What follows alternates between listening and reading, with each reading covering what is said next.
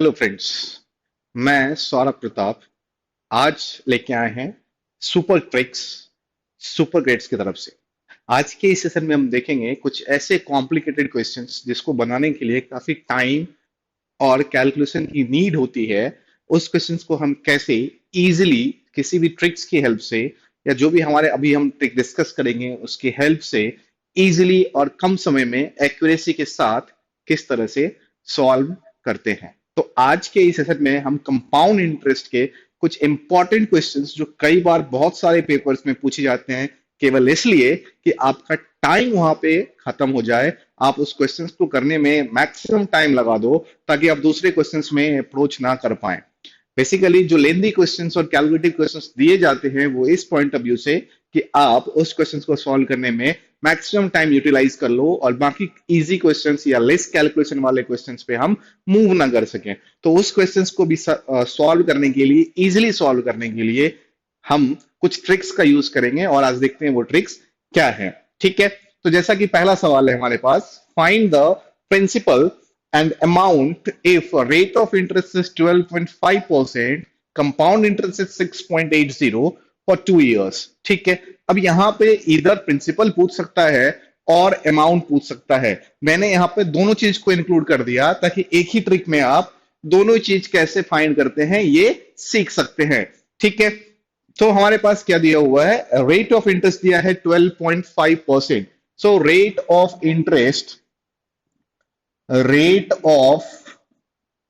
interest equals to 12.5% and compound interest की value given है, compound interest की value है 6.80। हमारे पास दो चीज गिवन है, टाइम दिया हुआ है हमारे पास 2 years और हमें अमाउंट एंड प्रिंसिपल की वैल्यू फाइंड करनी है। अब ऐसे सवाल जाएंगे, अगर मैं फॉर्मूले पे जाऊं, amount equals to principal into 1+r/100 तो एक काफी लंबा कैलकुलेशन हो जाएगा, या सीआई के फॉर्मूले पे जाएं तो। ठीक है, तो हम इससे किस तरह से हेल्प कर सकते हैं, कैसे अप्रोच कर सकते हैं और कैसे इजीली सॉल्व कर सकते हैं वो देखो। रेट ऑफ इंटरेस्ट 12.5%, हमें कुछ नहीं कर रहा है, जो भी रेट ऑफ इंटरेस्ट गिवन है उसकी हमें फ्रैक्शन वैल्यू लिखनी है। सो 12.5% का फ्रैक्शन वैल्यू क्या होगा, 1/8। 1/8 हम मान लेंगे।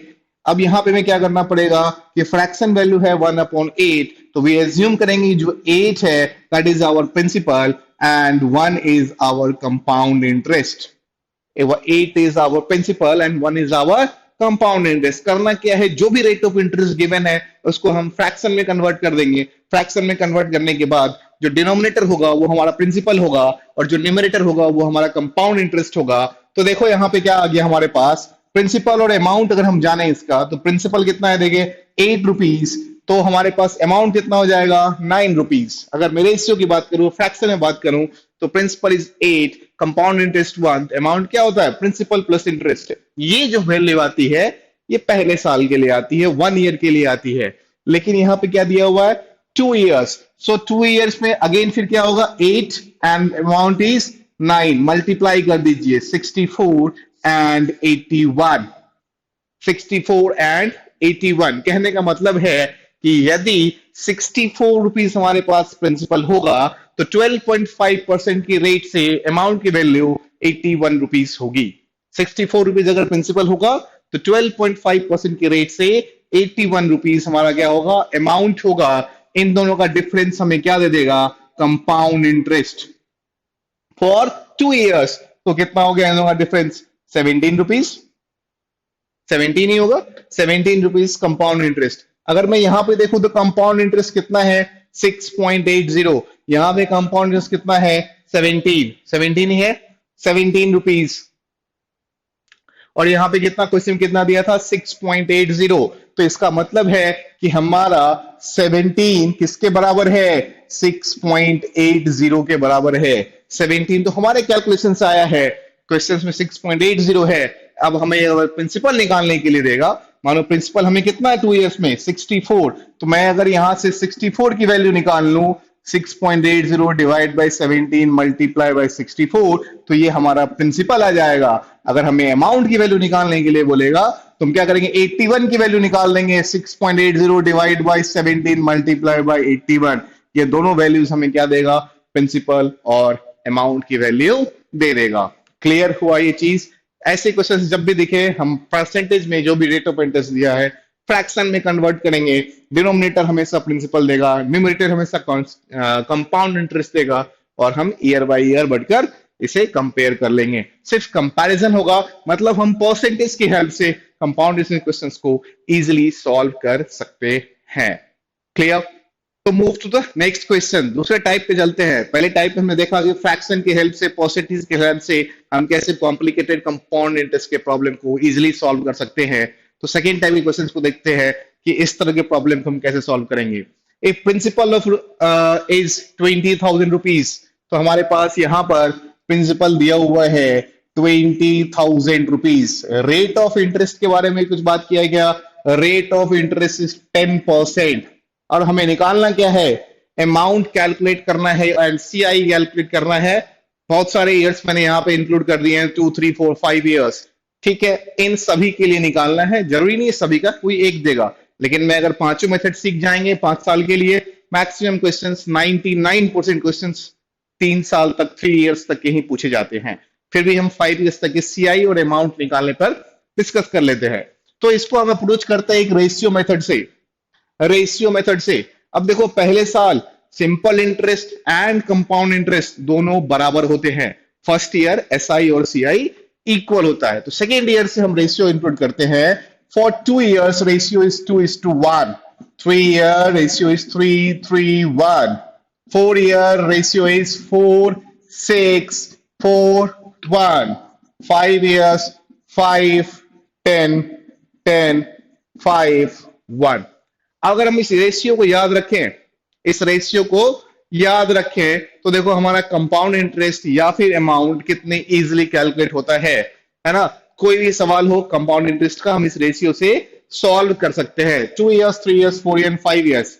अब मुझे इसका 2 इयर्स का निकालना है। सपोज करो 2 इयर्स का हमें फाइंड करना है कि अमाउंट कितना होगा या इंटरेस्ट कितना होगा। सो 2 इयर्स का रेशियो कितना है हमारे पास, अगर देखें तो 2 इयर्स का रेशियो है 2:1। क्या करना है हमें, जो रेट ऑफ इंटरेस्ट दिया हुआ है प्रिंसिपल का, परसेंटेज कैलकुलेट करना है। भूल जाना है कि ये कंपाउंड इंटरेस्ट है, हमें ये ध्यान रखना है कि इट्स अ परसेंटेज। ठीक है, 20,000 का 10%, 20,000 10% कितना होगा, 2,000। 20,000 का 10% कितना होगा, 2,000। ठीक है, अब कंपाउंड इंटरेस्ट कब बनता है, जब हमें इंटरेस्ट पर इंटरेस्ट कैलकुलेट करना होता है, तो वो कंपाउंड इंटरेस्ट होता है। इंटरेस्ट पे इंटरेस्ट कंपाउंड इंटरेस्ट। तो अब जो हम इंटरेस्ट कैलकुलेट करेंगे वो 2,000 पे करेंगे, ना कि 20,000 पे, क्योंकि 20,000 पे 10% प्रिंसिपल पे इंटरेस्ट हमने कैलकुलेट ऑलरेडी कर लिया है। सो 2,000 का 10% कितना होगा, 200। करना क्या आपको, इसको मल्टीप्लाई कर देना है, तो ये आ गया 4,000, और इसको प्लस कर देना है 200, तो कितना आया 4,200 is your compound interest. For principal is 20,000, rate 10% for 2 years.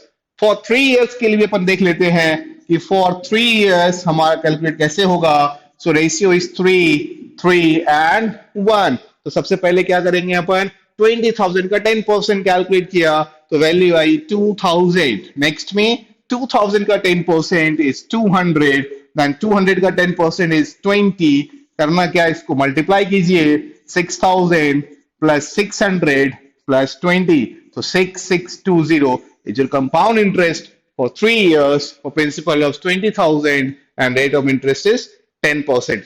तो हम इसमें डिफरेंस भी कैलकुलेट कर सकते हैं, प्रिंसिपल भी कर सकते हैं, अमाउंट भी कैलकुलेट कर सकते हैं bye the help of ratio. तो हम जो फॉर्मूला यूज करते हैं, P into 1 plus R by 100 की पावर n, वो अगर ईयर्स ज्यादा दे दिया, फ्रैक्शन वैल्यू देते परसेंटेज का, तो काफी लंबा कैलकुलेशन हो जाता है। तो by the help of ratio हम उसे इजीली सॉल्व कर सकते हैं। क्लियर? तो move to the next question, question number 3।